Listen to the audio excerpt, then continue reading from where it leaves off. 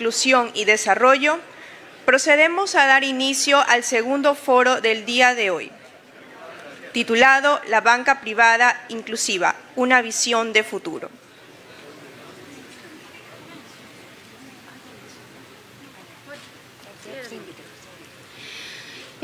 Por favor, desde la provincia de Chimborazo, es decir, desde mi tierra, la ciudad de Riobamba, un poquito para cambiar de ánimo nomás, donde voy a ser alcalde del Cantón Chunchi.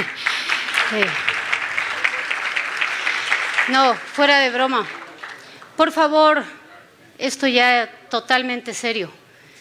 Un querido amigo a quien respetamos y queremos, con quien compartimos y creemos en que la supervisión tiene que ser fuerte en beneficio sobre todo de los más pobres y de aquellos que depositan. Desde el corazón de los Andes, desde el corazón de la patria. Mashi Pedro, pase por favor. Perdonen, esto sí no estaba en el programa, señora superintendente, le rogamos que nos disculpe. Esto no estaba en el programa. Perdonen todos. Mashi.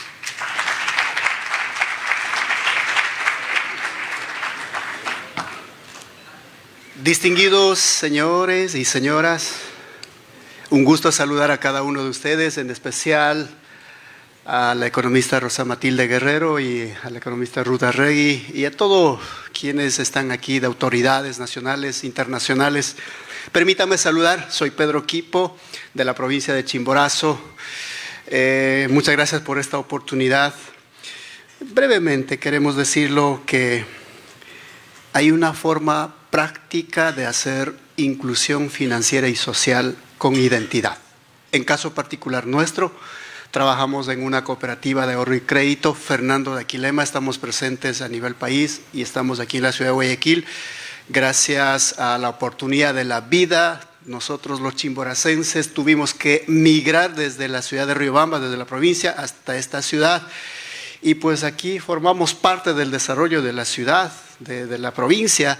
Y en ese contexto creemos conveniente saludar desde el enfoque de la plurinacionalidad, desde el enfoque intercultural, pues decirles que se puede combatir la usura, se puede combatir trabajos en el mercado de comercio informal a través de innovación.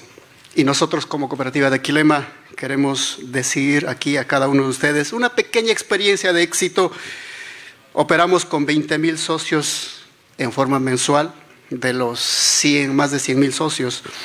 Hacemos 300,000 operaciones al año y movilizamos, captamos 150 millones de dólares en un mercado conocido, mercado de comercio informal, donde posiblemente, señores del sistema financiero, a lo mejor para muchos se podría verse como alto riesgo, pero se puede. Es lo único que podemos decirlo. Gracias a la oportunidad y creo que en el Ecuador que exigimos que haya una mayor inclusión social financiera y que haya oportunidades para todos. Creemos en esta tarde decirles gracias y felicitarles una vez más la oportunidad y entregar un pequeño detalle a la distinguida señora Gina Montiel. No sé si está por acá, por favor. Muchas gracias. Al señor Alex Foxley, por favor, si dignara acompañar un ratito acá.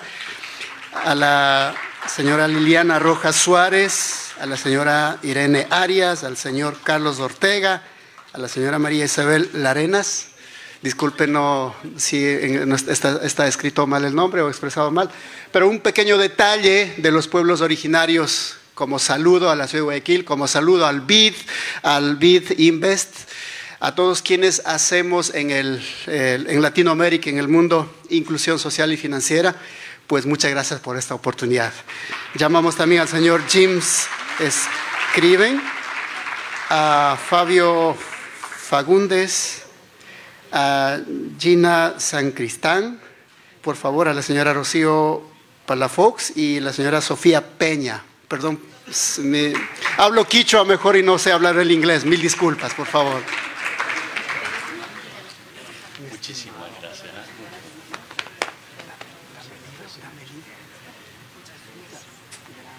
Muchísimas gracias.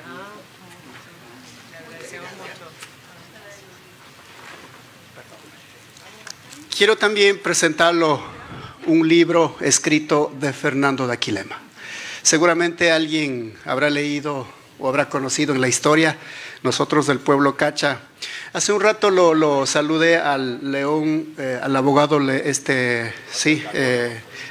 hermano de Jaime Roldós, León Roldós. Me acuerdo, a mis 10 años inauguró la primera parroquia indígena de la provincia de Chimborazo, la parroquia Cacha. Y a uno que está inmerso en la pobreza, basta que nos ayude en la autoestima. El resto lo aprendemos, y por eso quiero saludarlo a Rosa Matilde y a Ruth, a la economista Ruth Arregui, quienes para mí son maestras de la universidad que me enseñaron. Y pues con conocimientos, más la voluntad y la autoestima, podemos cambiar al Ecuador. Y lo vamos a compartir este libro a cada uno de los que están aquí presentes. Muchísimas gracias. Muchas gracias. Muchas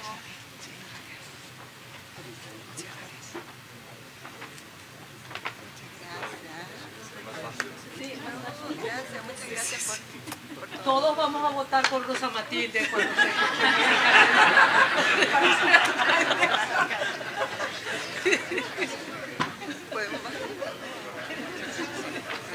No, porque entreguen el nombre. Muchísimas gracias.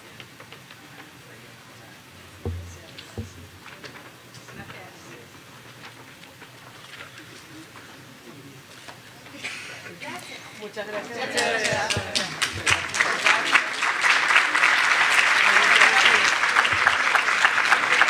Se invita por favor a nuestro moderador, el señor Alex Foxley, a tomar asiento junto con los comentaristas Irene Arias, abogado Víctor Anchundia, el doctor Augusto de la Torre y el economista Angelo Caputi. ¿Quieres que nos sentemos? Sí, se pueden sentar. ¿Algún orden en particular? No, como ustedes deseen.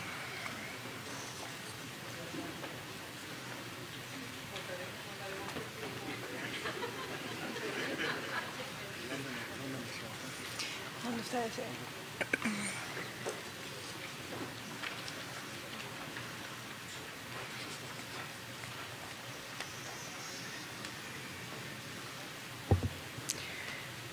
Para iniciar la conferencia, la banca privada inclusiva, una visión de futuro, será dada por parte del doctor James Scriven, gerente general de la Corporación Interamericana de Inversiones BID Invest, la institución del sector privado del Grupo Banco Interamericano de Desarrollo, cuya gestión se centra en atender a sus clientes y en lograr los objetivos de desarrollo sostenible de las Naciones Unidas en América Latina y el Caribe. El señor Scriven fue vicepresidente de Riesgo Corporativo y Sostenibilidad de la Corporación Financiera Internacional, donde ocupó varias posiciones de liderazgo. Antes de unirse al IFC, fue director financiero del Banco Hipotecario en Argentina. Durante las últimas 2 décadas ha concentrado sus esfuerzos en la promoción del rol del sector privado en el desarrollo. El señor Scriven tiene una maestría en finanzas de la Universidad del Centro de Estudios Macroeconómicos de Argentina y un título en Administración de Empresas de la Universidad Católica de Argentina. Damos la bienvenida al señor James Scriven.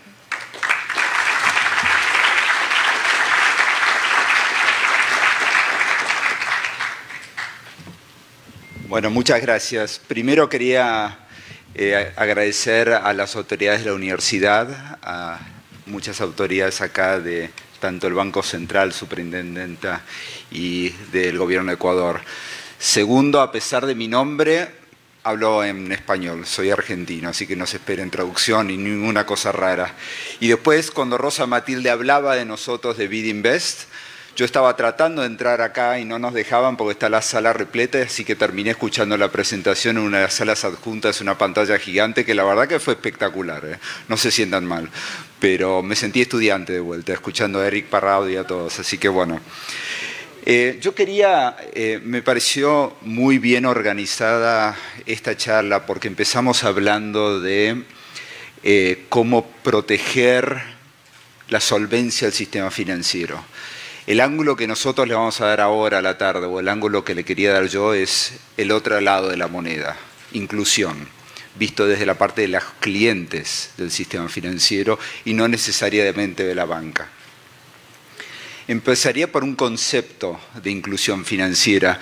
Y ustedes muchos saben, y no les voy a contar la importancia de inclusión financiera, porque creo que todos o estuvimos o conocemos o tenemos una cuenta bancaria, pero eso no es la realidad para la mayoría de las personas. Entonces, yo quiero resaltar algunos puntos de lo que se llama inclusión financiera. Porque inclusión financiera la gente en general cree que es, tengo una cuenta bancaria, cuando eso no es el caso. Entonces voy a resaltar acceso y uso de servicios financieros, y los servicios financieros definidos como cuenta de ahorro, crédito, sistema de pagos y seguros.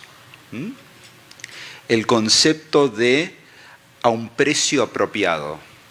Lo digo porque cuando ahora vamos a hablar de lo que es inclusión financiera, en este mundo de inclusión financiera hay mucha usura. Entonces tenemos que hablar de lo que es precio apropiado.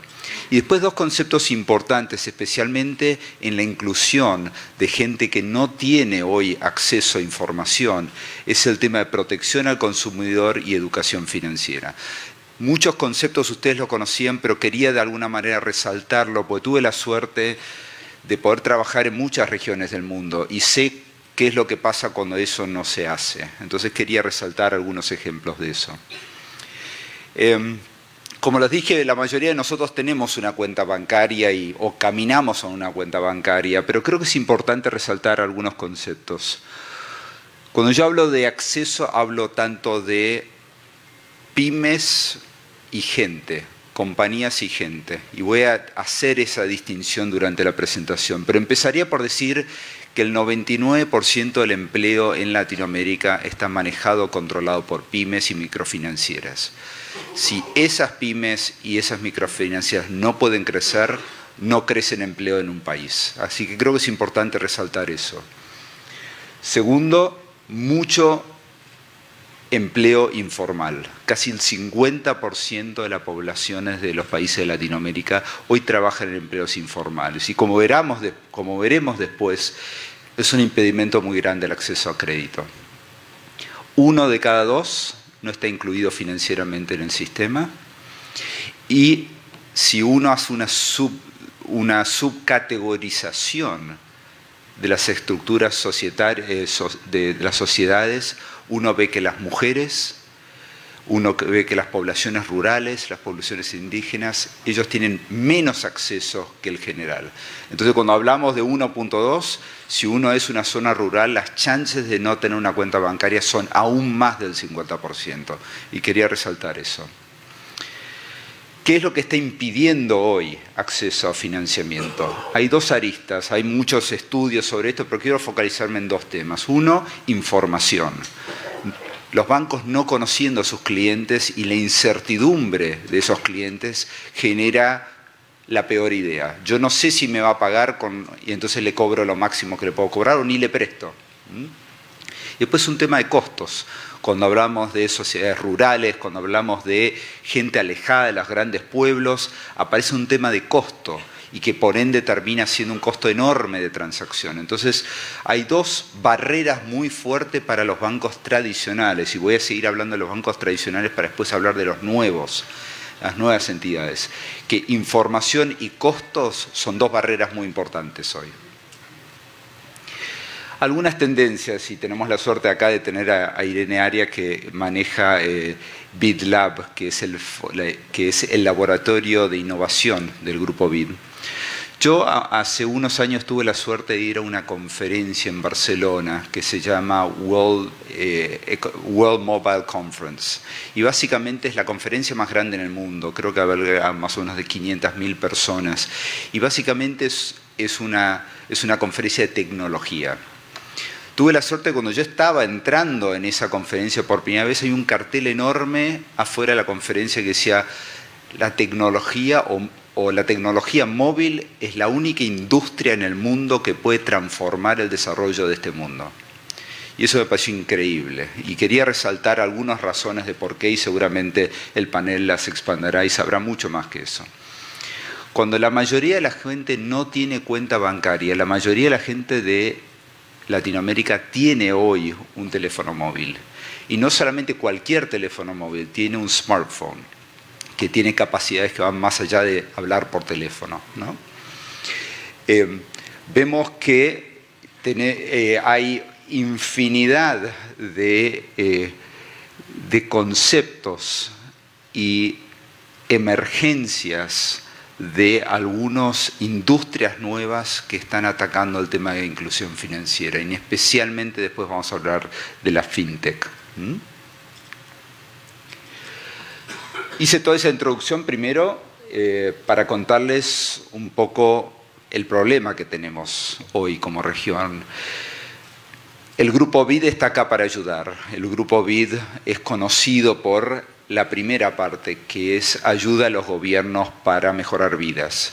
Pero hay dos otros grupos dentro del Grupo BID. BIDLab, como le referí, Irene Arias es la gerente general, que maneja todo el tema de innovación o inclusión vía innovación. Y nosotros que somos BID Invest, que somos el sector privado del Grupo BID. ¿Cómo operamos nosotros? Ofreciendo productos a sectores, tan simple como eso.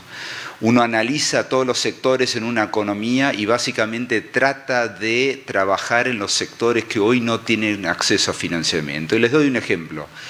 Una gran industria acá en Ecuador es el sector turismo, pero generalmente a la banca le preocupa el sector turismo por la volatilidad, por la sazonalidad, y eso es un sector dinamizador y gran empleador del sistema.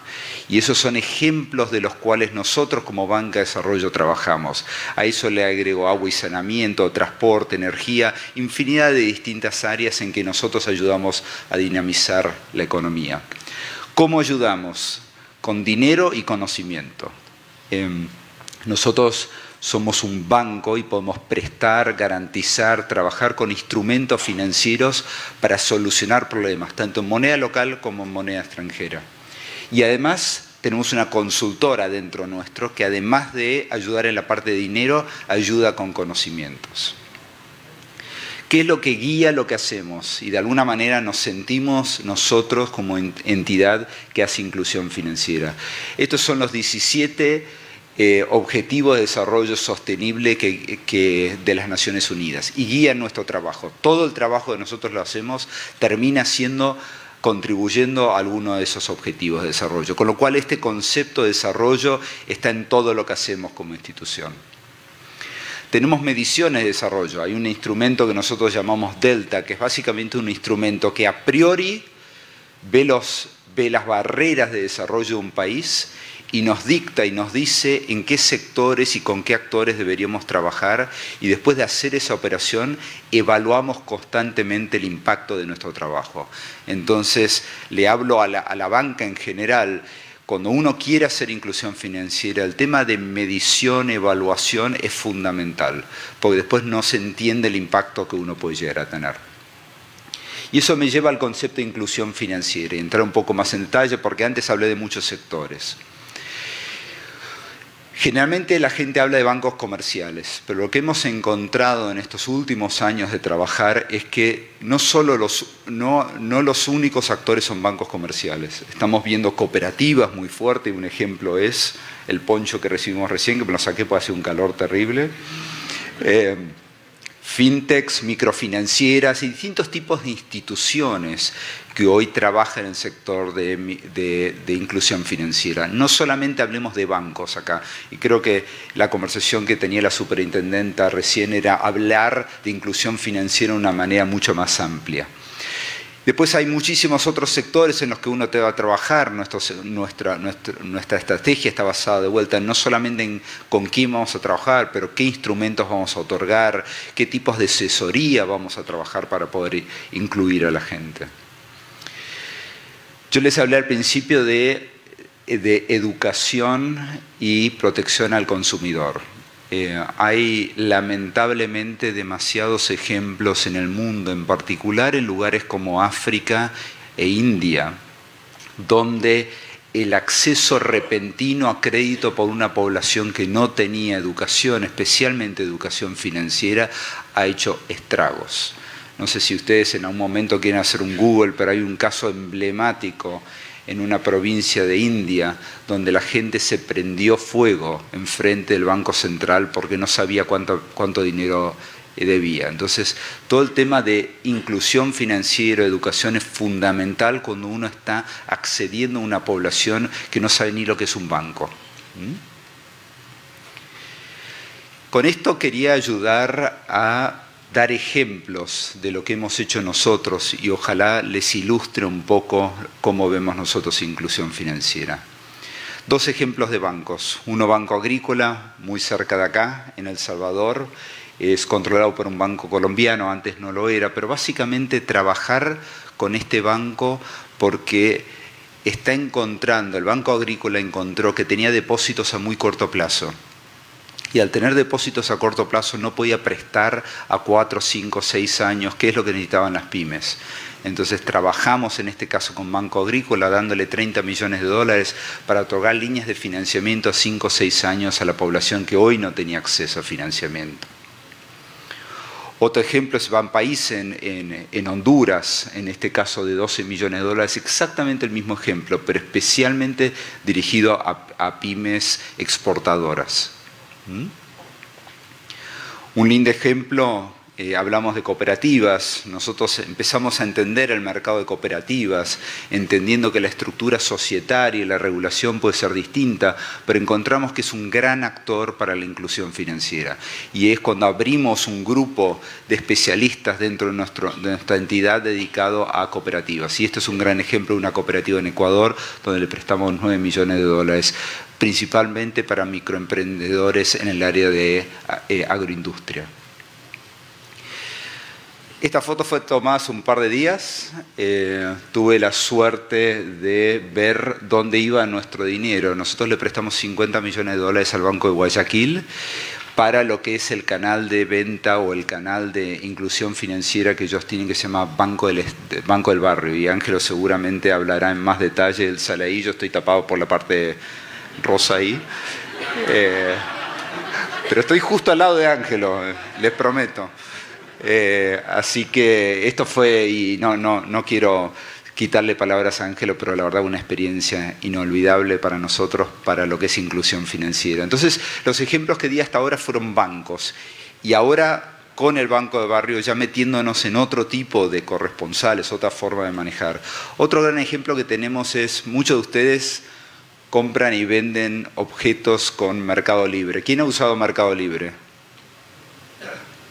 Úsenlo, está bueno. Mercado Libre lo que tiene es una plataforma como Amazon, como eBay, como Alibaba, pero lo que tiene y lo que está haciendo es que transacciona mucho créditos entre el comprador y el vendedor.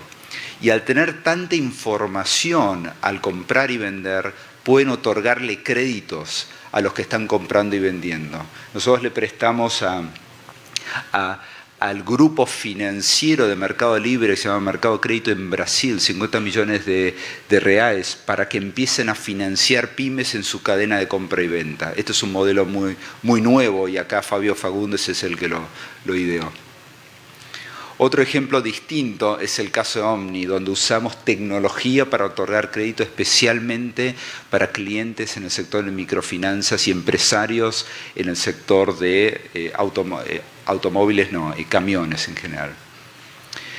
Y les dejo con este concepto, es un concepto llamado atención.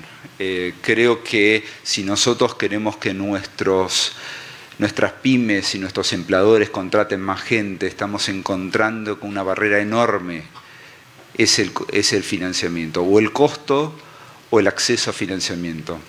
Entonces, mucho de lo que estamos haciendo es tratando de conocer estos mercados nuevos, pero en especial enfocándonos en temas para proteger al consumidor final, con educación financiera, regulación apropiada, alfabetización y muchas áreas que pueden llegar a proteger. Entonces yo, a diferencia del panel anterior, le quería ver la otra cara de la moneda, una moneda que hoy no tiene acceso a financiamiento y estas son las cosas que pueden llegar a lograrlo. Pero la verdad que habiendo trabajado en esta área más de 15, 20 años, hoy estamos viendo que la tecnología realmente puede transformar la vida de todos. Muchísimas gracias.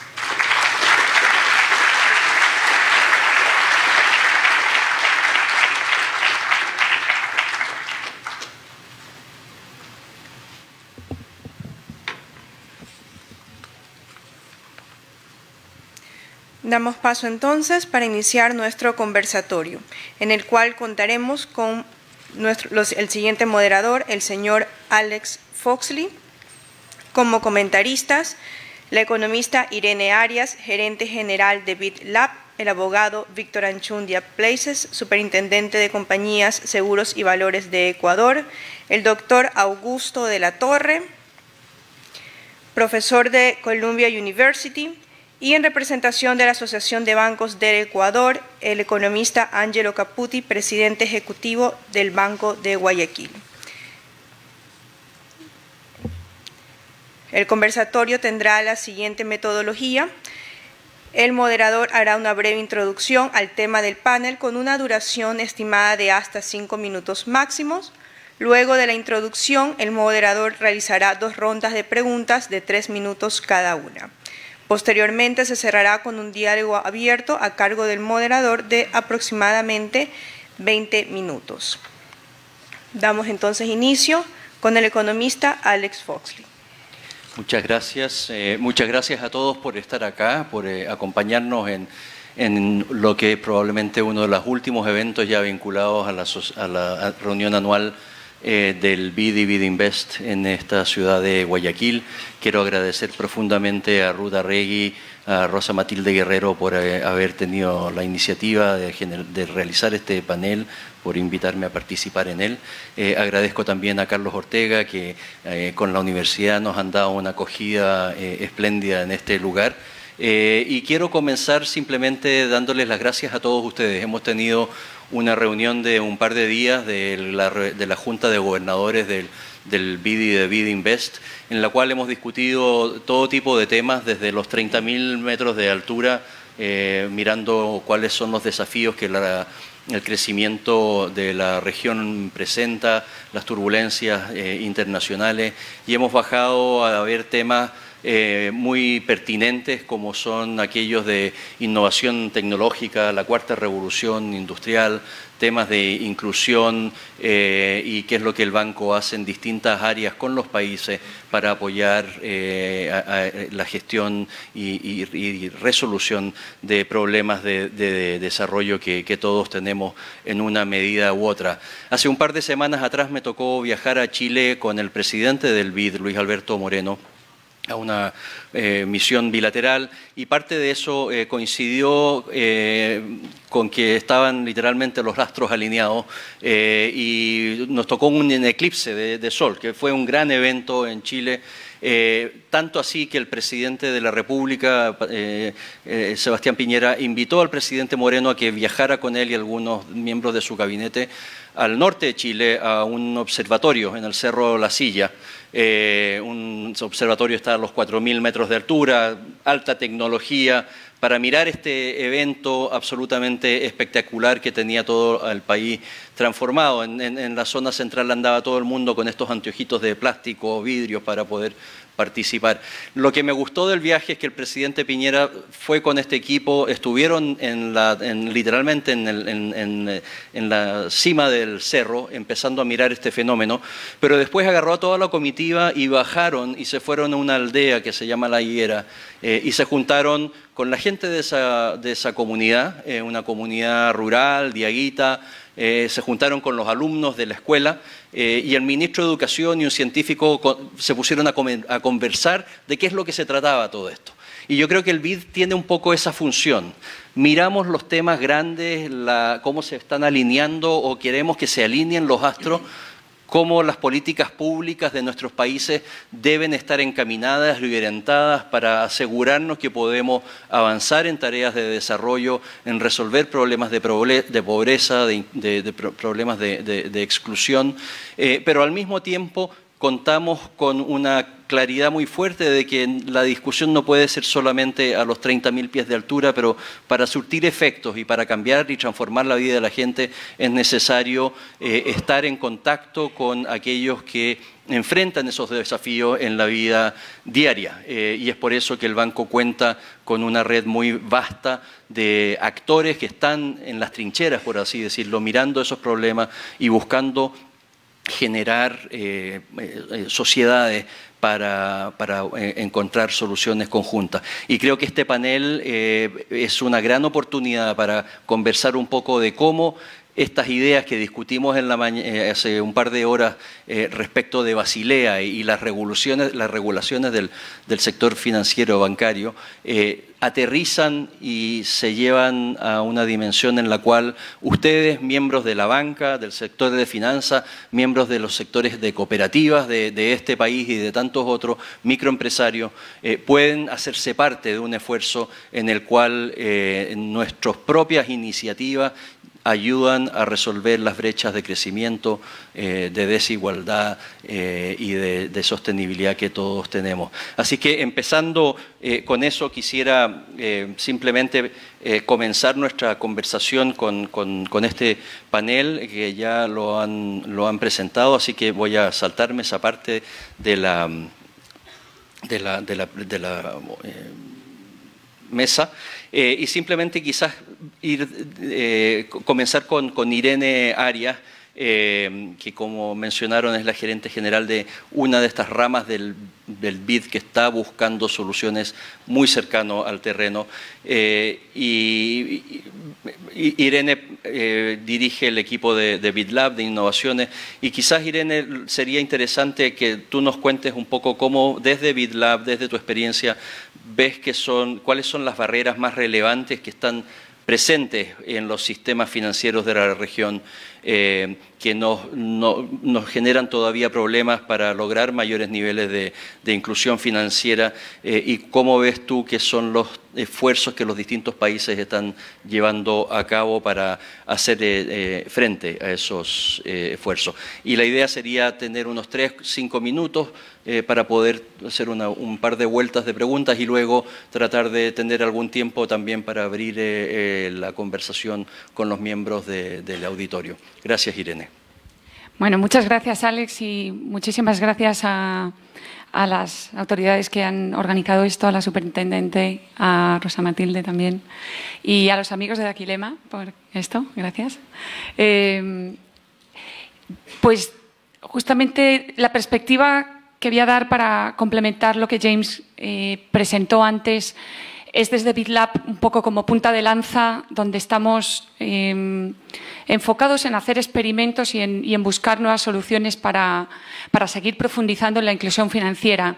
Y eso nos ha dado una perspectiva desde lo que está pasando desde el mundo emprendedor, desde muchas de las startups que sí son parte de ese futuro mundo del sector financiero del futuro y que quizás no están hoy tan presentes en esta sala, pero estoy segura de que si tuviéramos esto dentro de un tiempo, a lo mejor hasta serían la mayoría. Y estoy con eso me estoy refiriendo a compañías que forman, hoy hay 1.300 fintechs en América Latina y Caribe. O sea, 1.300 compañías que tienen menos de 5 años de existencia y que están dando servicios financieros y no estaban para nada en el mapa de la solución a la inclusión financiera, pero cuyo propósito es, en la mitad de ellas por lo menos, la inclusión financiera, porque han nacido para cerrar esa brecha. Han nacido viendo que había una gran oportunidad en bancarizar o en dar servicios financieros a población pobre, vulnerable o población que estaba totalmente excluida del sector financiero. Y pueden ser unos grandísimos aliados de los bancos y unos grandes aliados de las cooperativas también. Entonces, lo primero que diría Alex es que en términos de mirar el marco, para entender el futuro del sector financiero, tienen que estar también en la mesa y hay que escuchar la perspectiva de estas compañías que inclusive muchas, como el caso que mencionó James de Mercado Libre.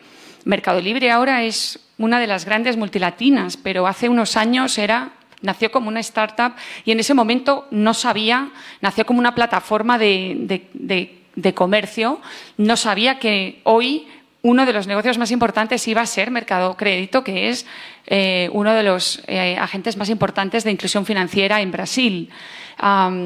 Otro caso es Nubank. Nubank, en menos de 4 años, nace en Brasil del sueño de un emprendedor que, por cierto, es colombiano y creció en Guatemala, me parece, y en menos de 4 años es el 5º mayor emisor de tarjetas de crédito en Brasil.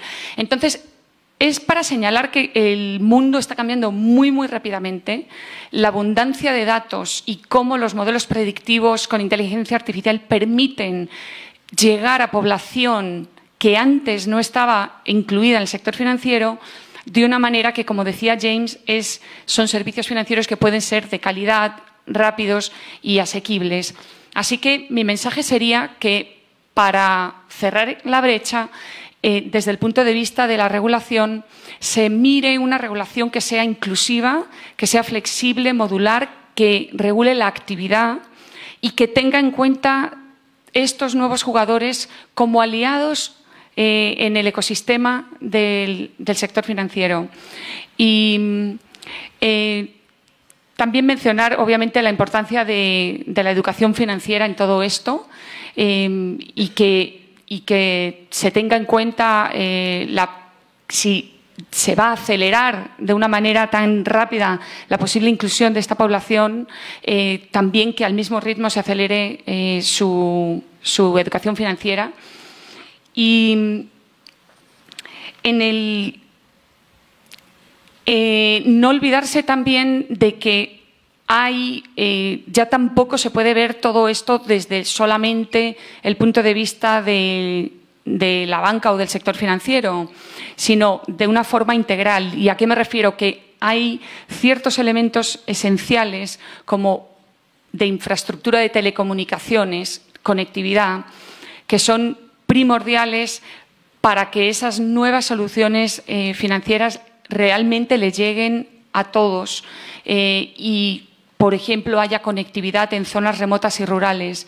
Y ahí el BitInvest está jugando un rol primordial con Internet para Todos, por ejemplo, una iniciativa desde Perú para llevar conectividad a las zonas remotas y que si existe una solución que es digital, en cualquier zona pueda llegar. Entonces, creo que también tener en cuenta las barreras que puede haber desde el punto de vista de infraestructura, más allá de la infraestructura institucional o regulatoria del propio sector financiero, sino también de otros elementos alrededor que son también esenciales.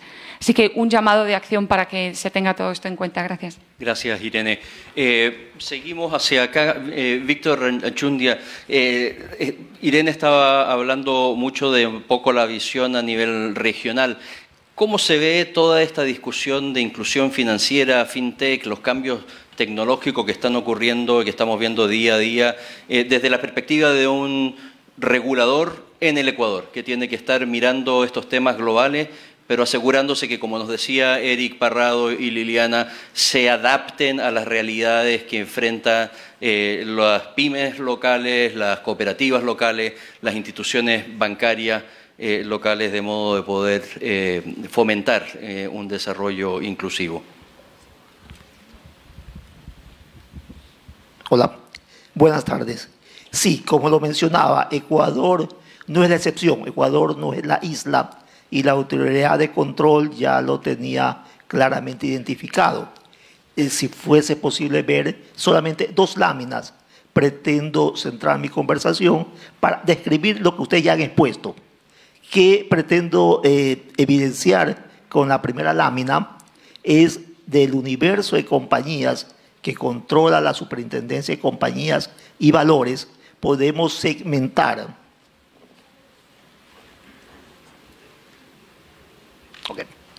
Podemos segmentar nosotros que en promedio, claro está, el 21% de las compañías activas son las que pueden acceder a un servicio financiero.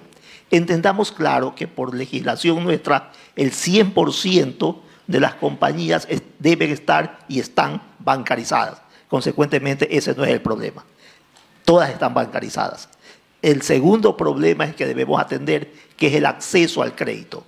Pues bien, de ese universo, el 21% accede al crédito. Y si comenzamos a dividir ese gran universo de compañías que controlamos, que es alrededor de 70.700 compañías activas a nivel nacional, dividiríamos a las micro y a las pequeñas empresas y vemos cómo ese porcentaje va disminuyendo, de tal suerte que apenas el 6% de las microempresas son las que acceden al crédito.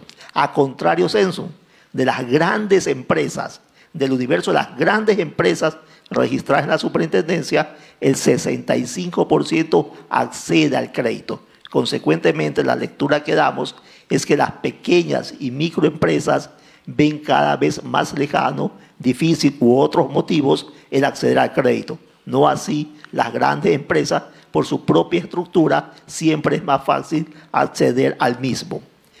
La siguiente gráfica que pretendo compartirlas es sobre el acceso, la facilidad o cómo ha ido evolucionando el acceso al crédito entre las microempresas y las pequeñas empresas. Podríamos ver que se ha mantenido constante en los años anteriores y sería conveniente reflexionar lo que pudo haber ocurrido en los años 2016, 2017. Se produjo un hecho interesante en la autoridad de control. Comenzó a reglamentar, comenzó a normar el acceso, no el acceso al crédito, sino el acceso a determinados servicios. Podríamos hacer una ecuación de a mayor reglamentación, mayor restricción. Entonces, uno de los pecados o equivocaciones que podría cometer una autoridad de control es el exceso de reglamentación. El exceso de reglamentación no beneficia un mejor control y sí, probablemente puede conspirar a una contracción en el desarrollo de la actividad mercantil. Por eso, la autoridad de control hoy en día no es una isla, no pretende serlo, está en constante colaboración con sus controlados para llegar a acuerdos que sirvan para mejorar el control por parte de la superintendencia. Pues bien, esto ya lo sabíamos, ya lo dijeron los expositores hace un momento, la poca o escasa accesibilidad al crédito de las pequeñas empresas. ¿Qué podemos hacer? La inclusión financiera en microempresas, ese es uno de los retos que debemos de abordar. Hay la tendencia a las startups, debemos de ver la forma como de apoyarlas, tenemos sin número de denominaciones, mencionaba en su momento la fintech. Entonces, lo que aprendí, lamentablemente solo soy abogado, pero de algún amigo ingeniero comercial aprendí en alguna ocasión que la norma que no tiene un valor no sirve como norma. Entonces, las autoridades de controles no pueden llenarse en emitir resoluciones, en emitir reglamentación que no tenga una finalidad adecuada. Uno de los objetivos que se pretende hacer es hacer una limpieza de la normativa existente a fin de optimizar la reglamentación y la información que la autoridad de control busca. Esperamos que con esa actitud de la autoridad de control podamos colaborar en un desarrollo más adecuado al sector empresarial. Finalmente, con esas actitudes, al menos dentro del área del control societario, pretendemos abarcar y ampliar la inclusión financiera de las microempresas al sector financiero.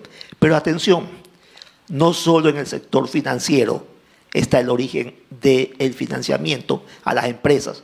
La superintendencia de compañía abarca más allá de las compañías y, como ustedes saben, también controlamos el mercado de valores. El mercado de valores no hay que verlo, y no lo es, un enemigo al sector financiero. Es un aliado estratégico.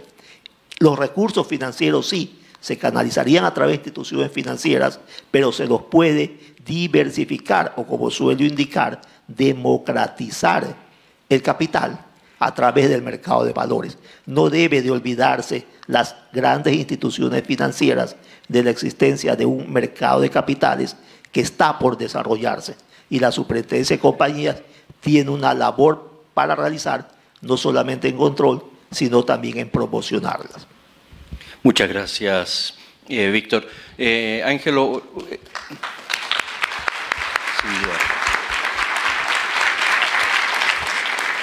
Desde el punto de vista de las instituciones financieras privadas, ¿Cómo ven ustedes los temas de inclusión? Estábamos mirando mucho en la discusión del BID por el lado de la infraestructura y la infraestructura que necesitamos tener a nivel de los países, tanto física como tecnológica, que permitan cerrar las brechas que nuestros países enfrentan. Y esto tiene que ver tanto con, a lo mejor, estructuras de PPP, en todo lo que tiene que ver con carreteras, puertos, etcétera, pero también con la infraestructura tecnológica que permite el desarrollo y explosión del fenómeno de la fintech y otras tecnologías inclusivas en el mundo financiero. Muchas gracias al BID, a Rosa Matilde, a la señora superintendente de banco, a Carlos por estos locales, estas instalaciones. Déjenme hacer un pequeño repaso y voy a mencionar la pregunta que me haces. En el año 2014, la banca ecuatoriana, que ya seguramente no tenía la mejor ley, tiene un cambio importante de ley.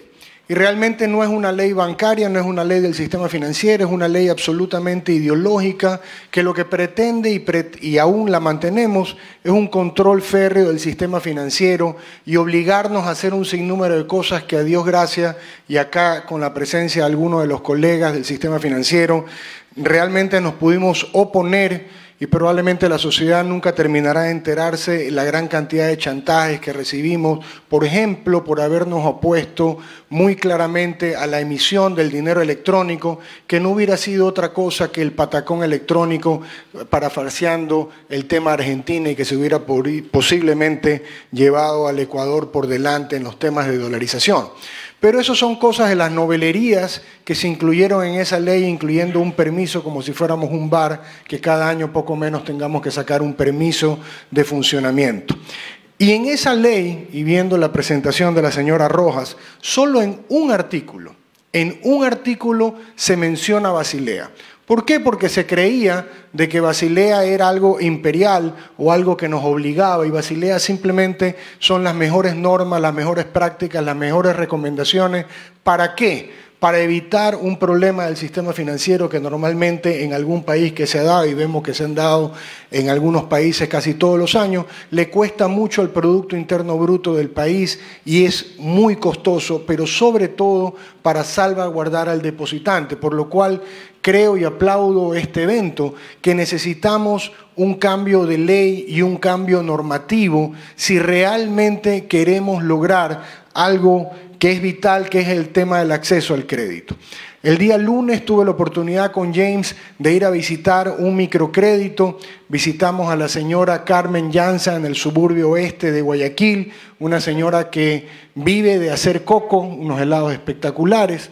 Y en un momento dado de la conversación, ella nos cuenta a James y a mí, a los otros funcionarios con que estábamos, que en un momento determinado de su vida, ella tenía una amiga que le prestaba al 20% mensual, significa a más de 240% anual.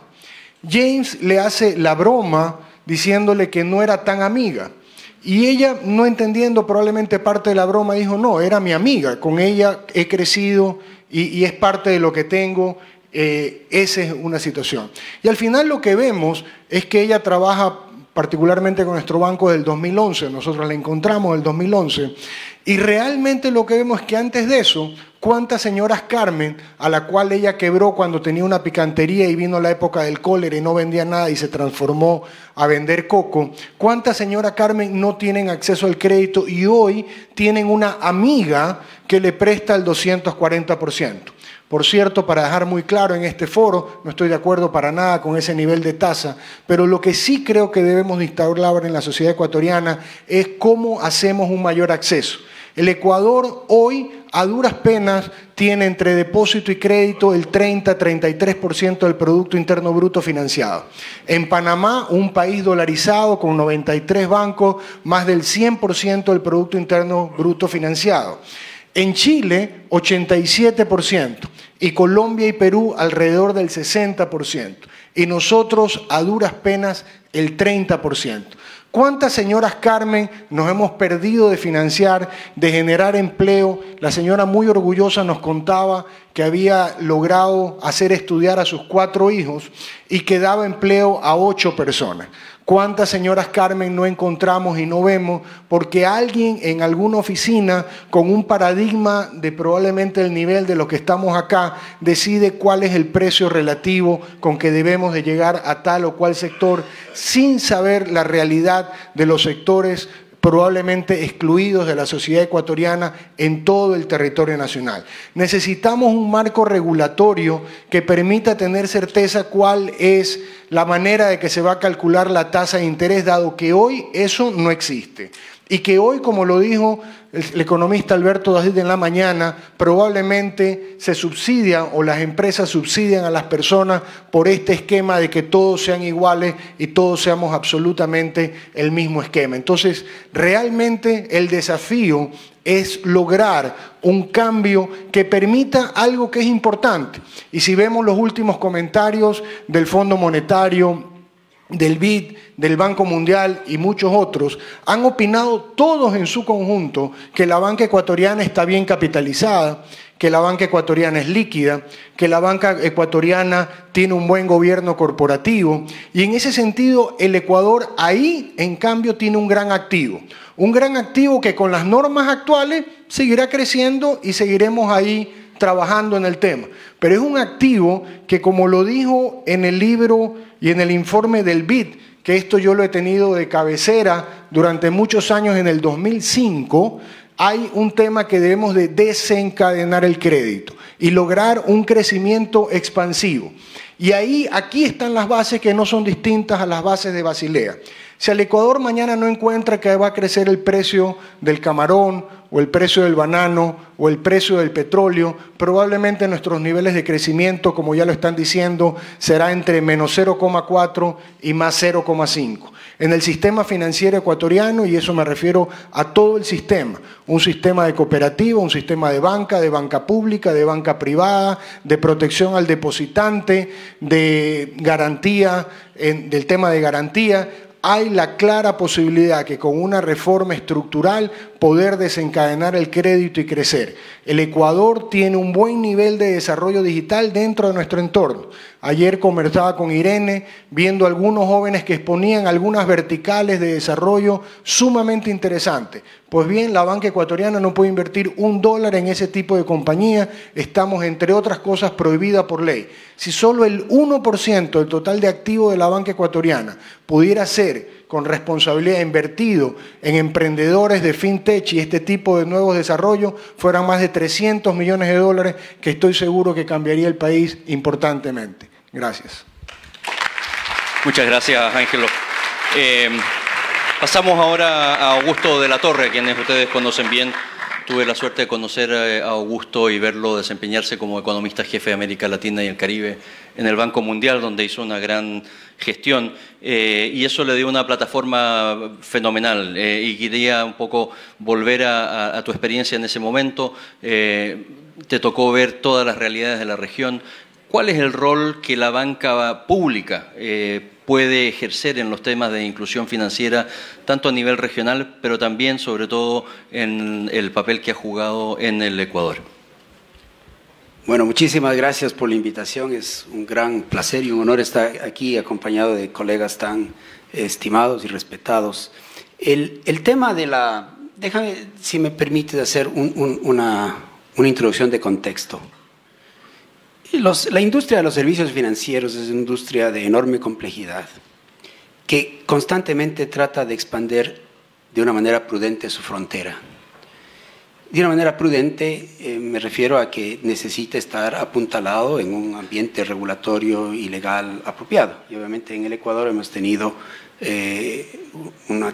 unos últimos 10 años de historia de regulaciones y de leyes atrofiantes.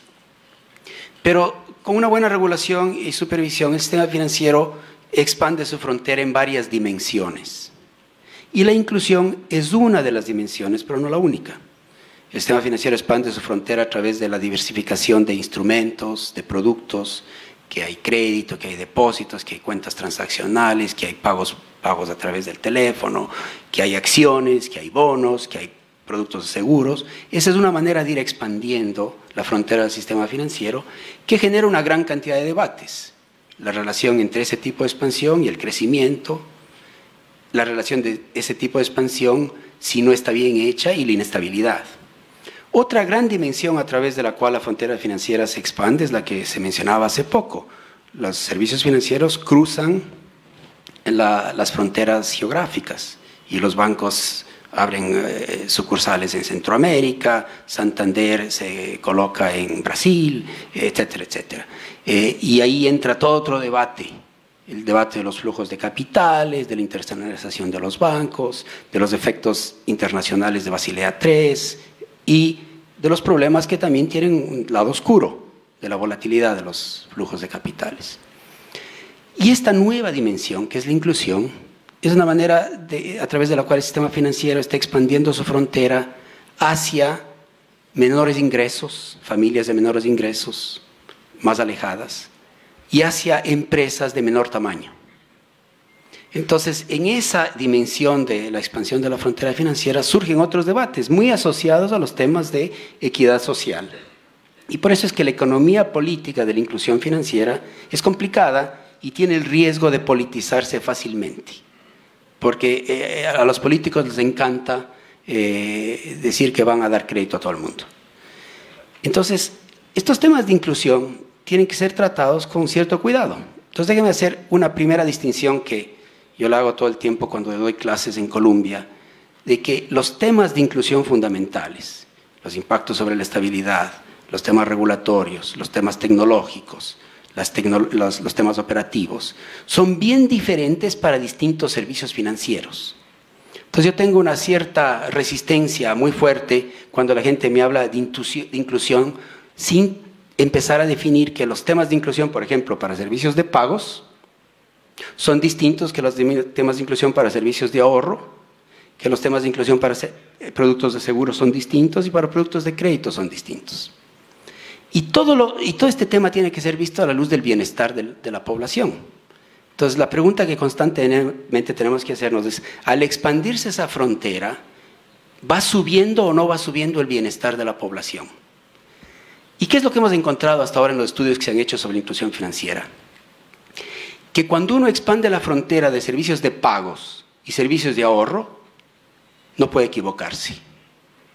Clarísimamente, estudio tras estudio. Si ustedes ven las publicaciones recientes de J-PAL o de IPA, que son estos centros de investigación importantes que están viendo los efectos sobre el bienestar, lo que se muestra es que, por ejemplo, en Kenia, el hecho de que ahora la mayor parte de la población, sea pobre o sea rica, hace pagos usando el celular, ha mejorado muchísimo el bienestar de la gente.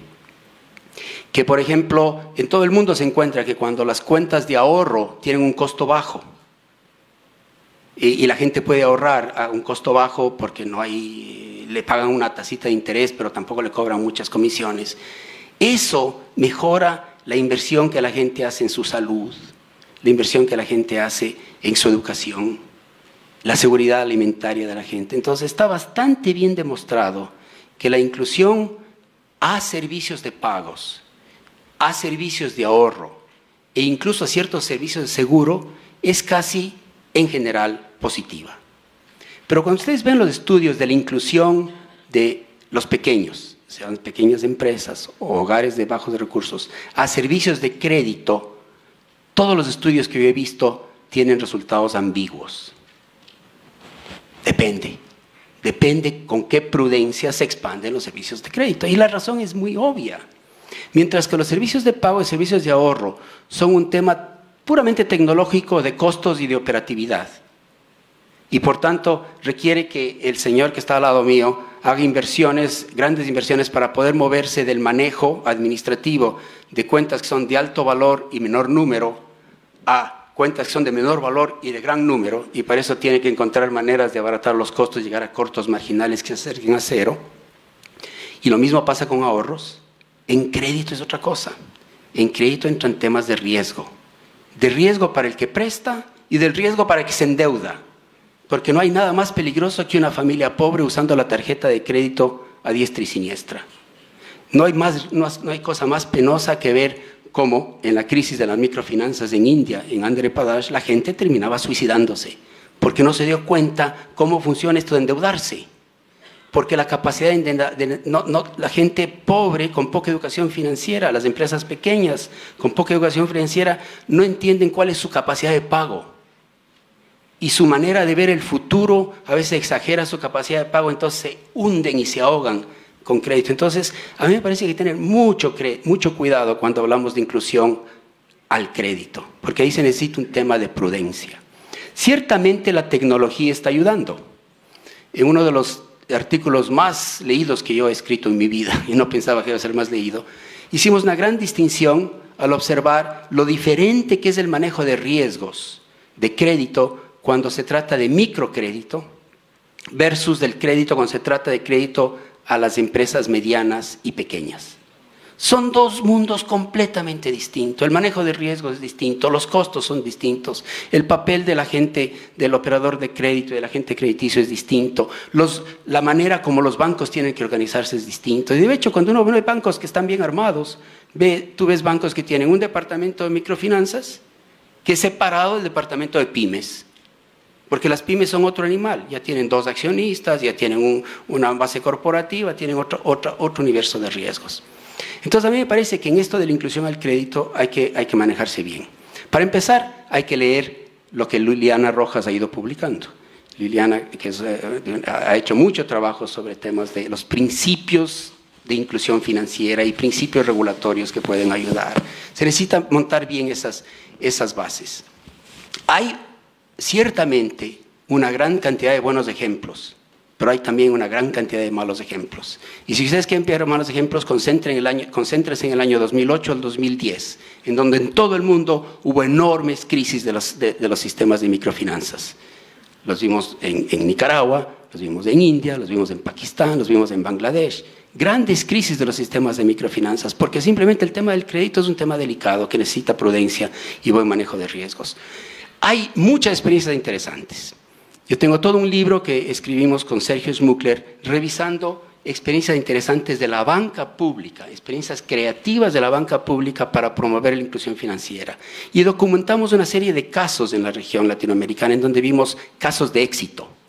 Por ejemplo, documentamos el caso del financiamiento, el crédito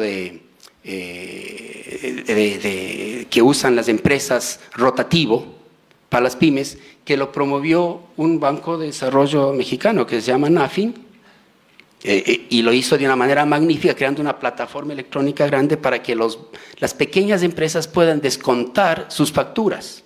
Entonces yo produzco camisas y le vendo a Walmart, y Walmart me va a pagar en 90 días, en México, yo, pequeña empresa, puedo meterme a la computadora, puedo decir, yo tengo una factura contra Walmart que se vence en 90 días, puedo subastarla y están todos los bancos ahí, puedo ver qué me ofrece cada banco por esa factura, y el banco feliz de comprarme esa factura con un pequeño descuento porque al que le va a cobrar no es a mí, sino a Walmart. Y nada más yo adelanto 90 días de flujo de liquidez para poder seguir produciendo camisas. Nosotros documentamos el caso del Banco Estado, que tiene experiencias magníficas de desarrollo prudente de microcrédito. Documentamos el de FOGAPE, también de tu país, de créditos para pequeñas empresas. De manera que hay muchos casos de éxito, pero hay que verlos con cuidado, y mi mensaje principal es, hablemos de inclusión, pero hablemos bien, y evitemos que se politice todo este gran tema de inclusión, porque a la larga meterle a la gente al sistema financiero es casi ahora, en el mundo moderno, como meterle a la gente al agua potable. Gracias, Augusto. Vamos a pasar a la segunda ronda y después quisiera abrirlo a preguntas del público. Entiendo que han estado pasando algunos papelitos para que aquellos que tengan interés puedan hacer presentes sus preguntas.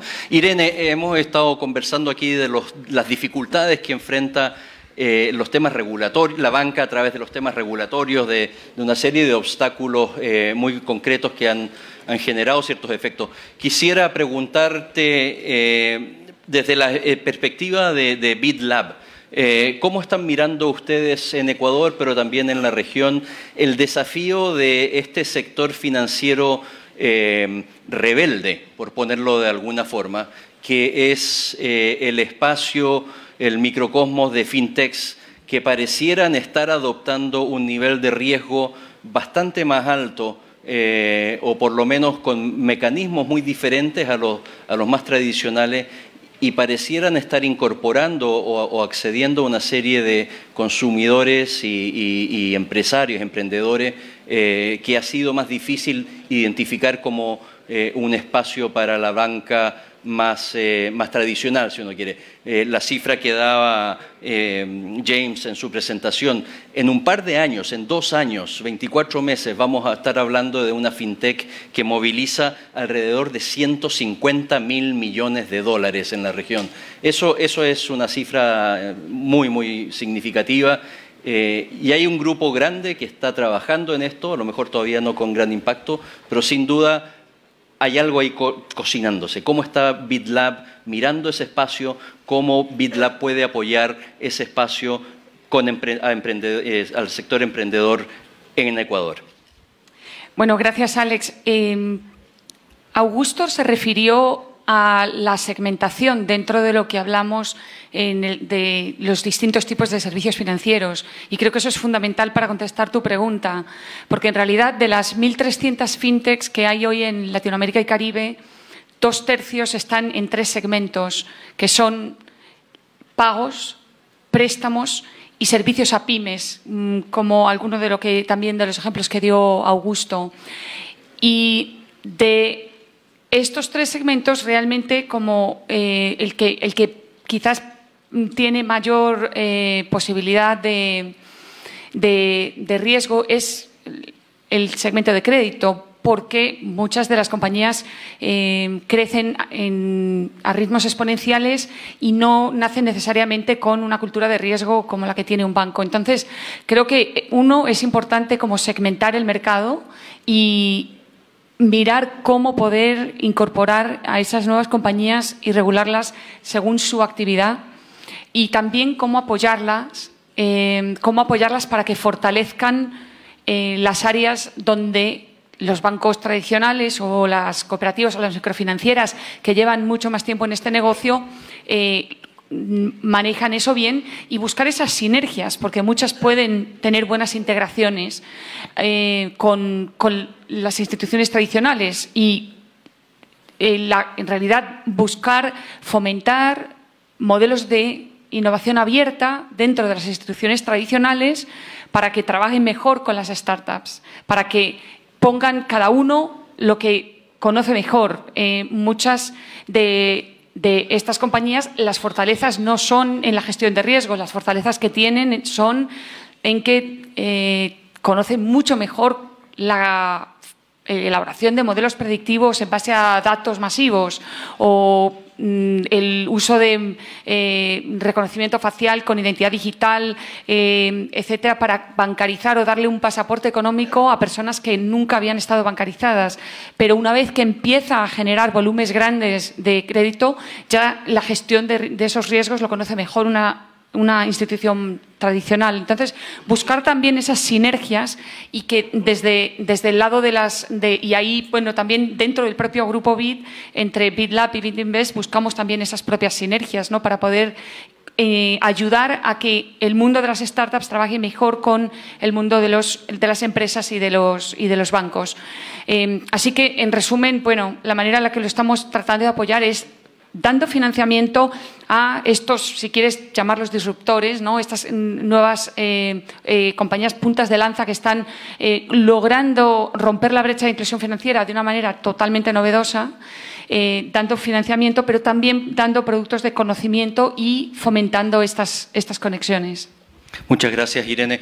Víctor, en términos de microseguros y el uso de microseguros para para favorecer estos procesos de inclusión financiera, ¿cuáles son un poco las ideas que se mueven a través de la superintendencia? Si tengamos en cuenta, en cuestión de seguros, las formalidades que todavía arrastra el contrato de seguros en nuestro país. Existen muchos mecanismos y canales de distribución de los seguros. Hay muchas compañías de seguro que ofrecen este producto. El éxito va a estar en buscar los canales adecuados para poderlos vender a través de startups a través de empresas que reúnan mínimamente los requisitos para ser intermediarios de seguro. El trabajo y la tarea de la autoridad de control está precisamente en eso, en actualizar la normativa de seguro ante esta nueva realidad. Es una tarea que tenemos pendiente, es cierto. Estamos conscientes de la tarea pendiente, estamos trabajando en eso. Y sí, es una realidad la cual no la vamos a cerrar. Estamos trabajando en eso. Muchas gracias, Víctor. Ángelo, en términos de la situación que enfrenta la banca en el Ecuador, en el supuesto que la regulación y toda la discusión legislativa avanzan en la dirección adecuada y pone a la banca en una situación en la cual ustedes pueden comenzar a hacer una gestión mucho más abierta y proactiva. ¿Cuáles son los sectores que ustedes ven en la economía del Ecuador donde ven un potencial de crecimiento y de incorporación al sector financiero más interesante en el día de hoy?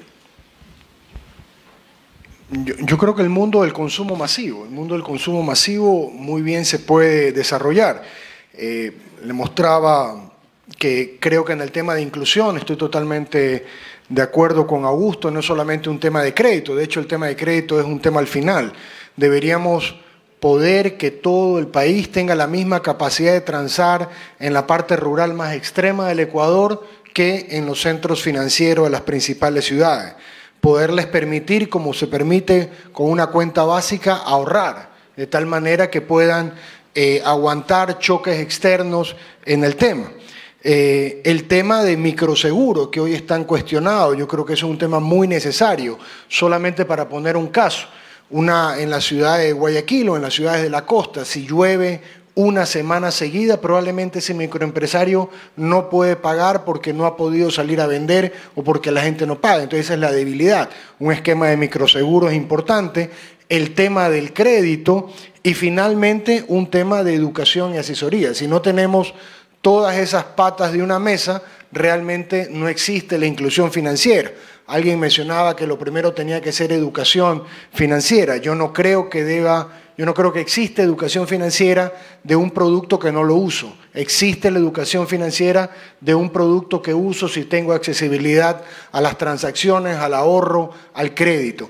Creo que en toda la economía hay oportunidades. Como la señora Carmen Janssen, deben de haber muchísimas más allá afuera. El tema es que hay que descubrirla y que debería el Ecuador tener una meta de decir, ok, cada 100 personas que nos soliciten crédito, tratemos de llegar a aprobar 70. Hoy la aprobación no es mayor al 30-35%. Significa que hay muchos que no van al sistema financiero, cooperativo o banco porque no encuentran las puertas o no encuentran la probabilidad y probablemente porque su tasa de riesgo sea distinta. Ojalá que podamos llegar a un esquema panameño en que el 100% del Producto Interno Bruto está financiado, pero sin lugar a duda en todos los sectores de la economía hay posibilidad de mucho más crecimiento partiendo de nuestro escueto 32-33% de bancarización o de acceso a tanto depósitos como crédito. Muchas gracias, Ángelo. Augusto, una última pregunta antes de recibir un montón de papeles aquí. Muchas gracias, hay mucho interés. Pero cuéntanos un poco cómo ves tú los temas que hemos estado discutiendo de exclusión financiera, entendiendo la muy apropiada disagregación del concepto, en términos de aspirar a estructuración de proyectos que ayuden a mejorar los niveles de productividad y competitividad en las pymes. Sí, donde yo veo que hay mucho potencial es en que los servicios financieros les ayuden a las pymes a conectarse mejor con las empresas grandes. El fenómeno del mundo, lo que está pasando en el mundo es que hay pymes y pymes. Y las pymes desconectadas son las pymes de los abuelitos, la tienda y cositas así. A las pymes que le está yendo bien el mundo son las pymes que de alguna manera se las arreglan para venderle servicios o productos a las empresas más grandes y se conectan, por tanto, en cadenas. Y esta posibilidad de conexión depende mucho de los servicios financieros.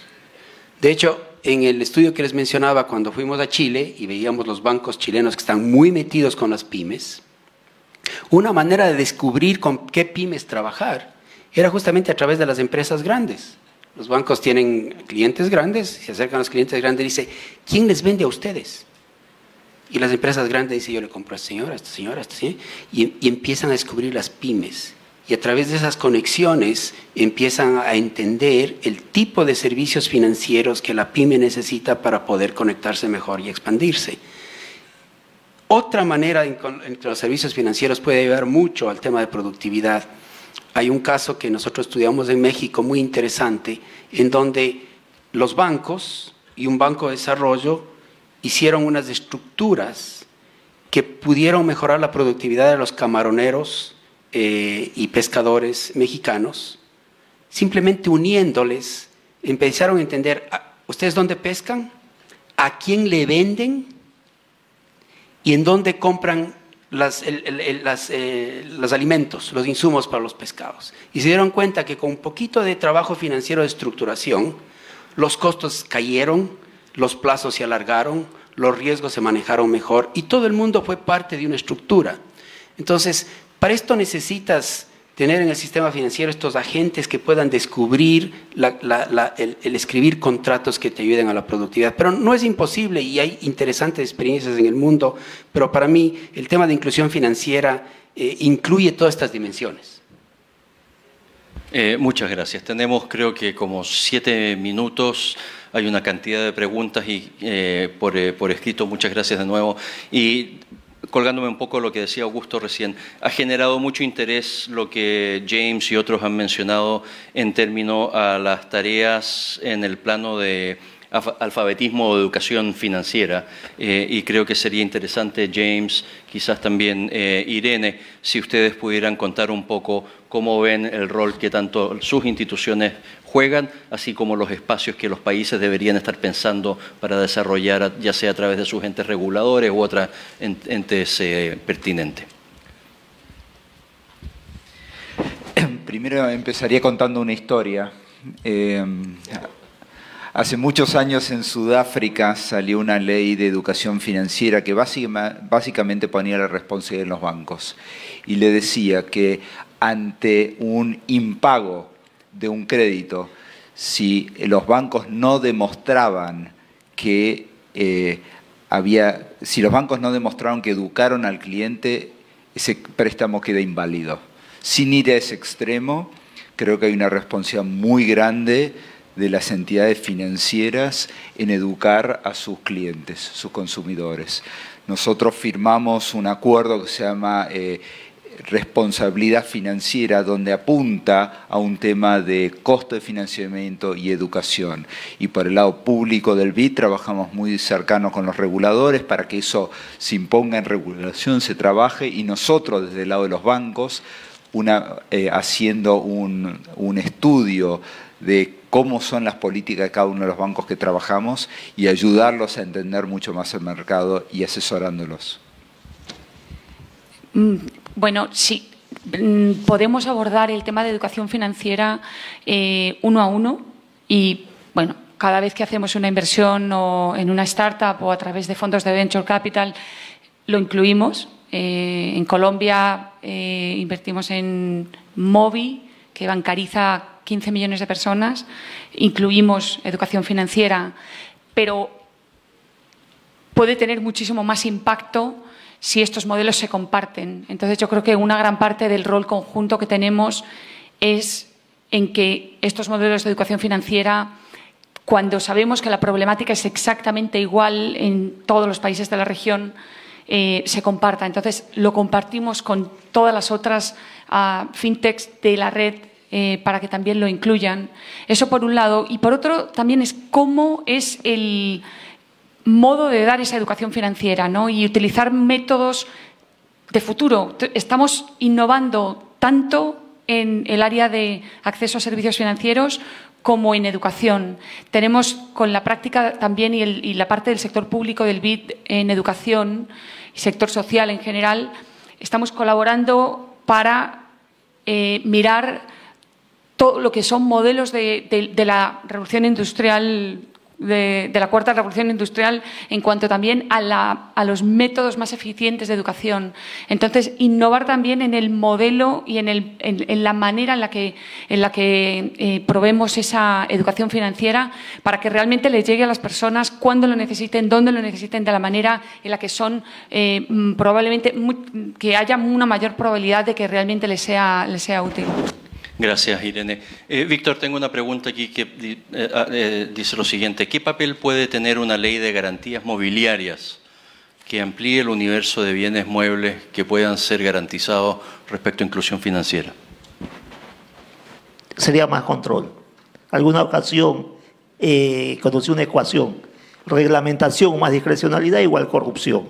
Lo que decía hace un momento, el éxito de los controles no está en mayor normatividad, está en optimizar la información que se tiene.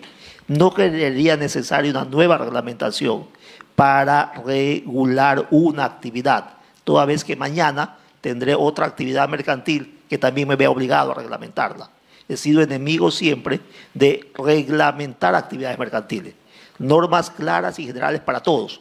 Información clara y oportuna de todas las empresas y la autoridad de control valora esa información y toma decisiones sobre aquello.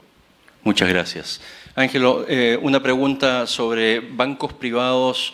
¿Qué pueden hacer para ayudar a reducir los obstáculos que encuentran las pymes para financiamiento? Por ejemplo, Augusto nos menciona el gran potencial que tiene el mundo de las pymes con el descuento de factura. Un hecho acá en el Ecuador que existe es que para descontar una factura tenemos que ir a la gran empresa, que la gran empresa acepte el descuento que es el nuevo pagador. En otros países, y me lo decía también Augusto ahora, eso está eliminado. ¿Y por qué hoy eso es un inconveniente? Porque hay mucha de esta gran empresa que parte de su negocio, además de vender, es, tú quieres liquidez, ven, yo descuento la factura al 3, 4 y 5%. Entonces, esa pyme que le vende y que debe de agradecer por venderle a la gran empresa, está a su vez encerrada o cautiva en que sí y solo sí su factura se puede negociar con esa gran empresa.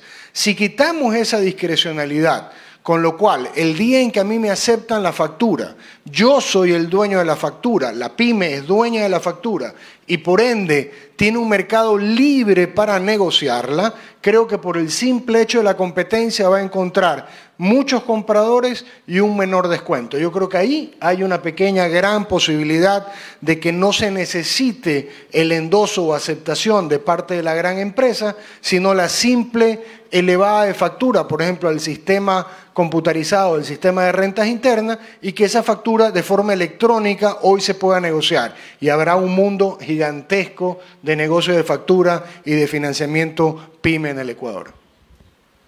Muchas gracias. Y una última pregunta para Augusto.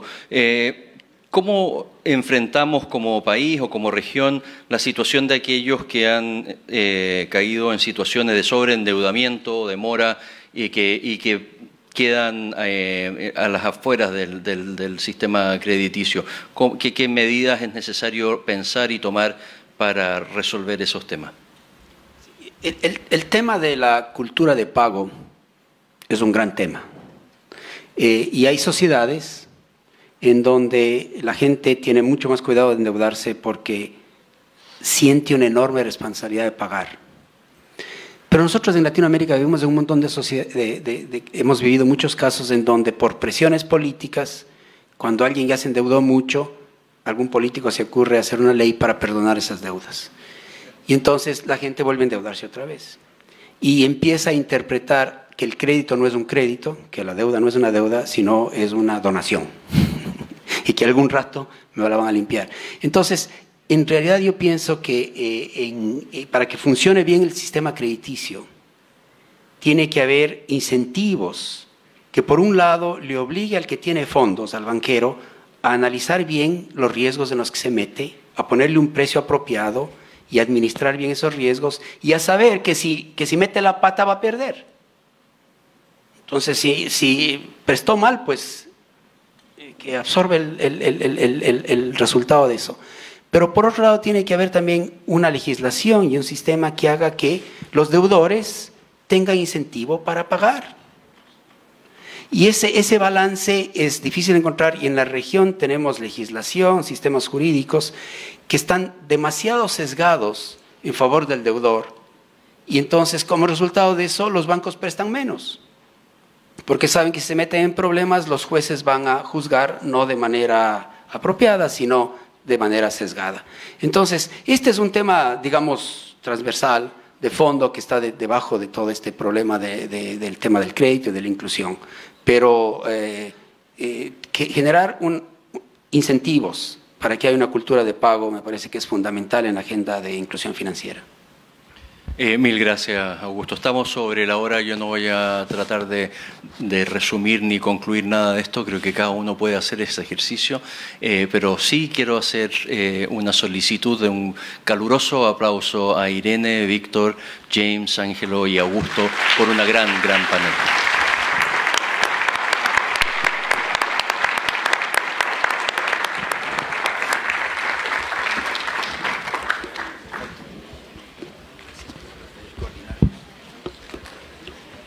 Continuamos con la entrega de reconocimientos a todos nuestros distinguidos ponentes. Convocamos a la superintendenta de bancos, quien hará entrega del reconocimiento al señor James Scriven.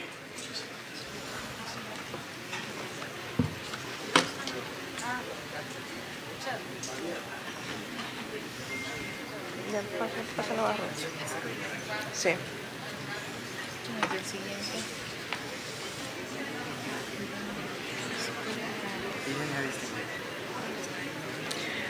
Para las siguientes entregas, invitamos al doctor Carlos Ortega Maldonado, canciller de la Universidad Espíritu Santo.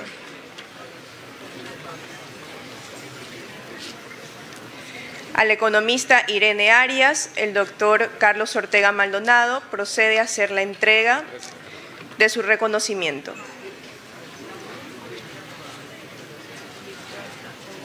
Víctor Anchodia.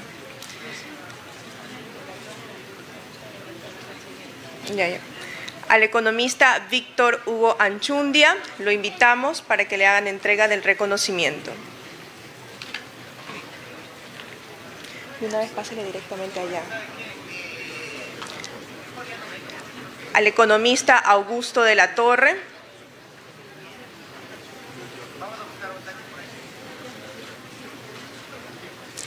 El economista Angelo Caputi.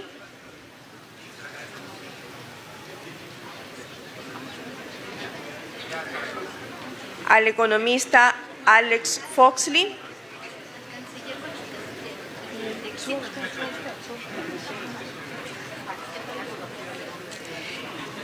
Y nuestra distinguida superintendenta hará entrega al canciller, el doctor Carlos Ortega Maldonado.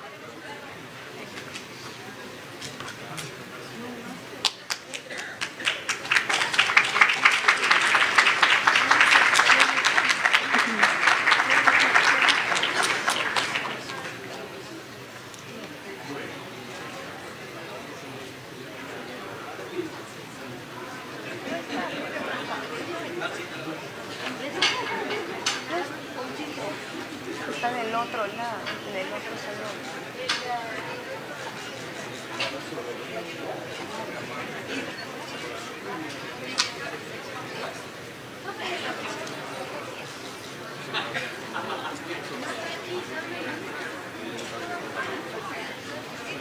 Está en el otro salón. No sé por qué. A continuación, el doctor Carlos Ortega Maldonado dará las palabras para la clausura del evento. De manera muy breve, muchas gracias a ustedes por esta extraordinaria gestión. Fuimos anfitriones del primer foro que abrió el BID en el Ecuador y somos anfitriones del último foro.